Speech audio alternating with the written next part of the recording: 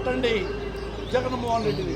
మీరు నేను అనుకున్నాను, జగన్మోహన్ రెడ్డిని మసి చేయండి, వాడిని గాజు పక్కన కొట్టి ఆ ముక్కతో గాజు ముక్కతో గుండెలో పొడవండి. నేనున్నా నుంచి చాలా కష్టం.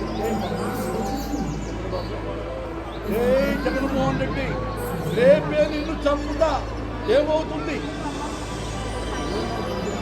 ఏం పీకుతా?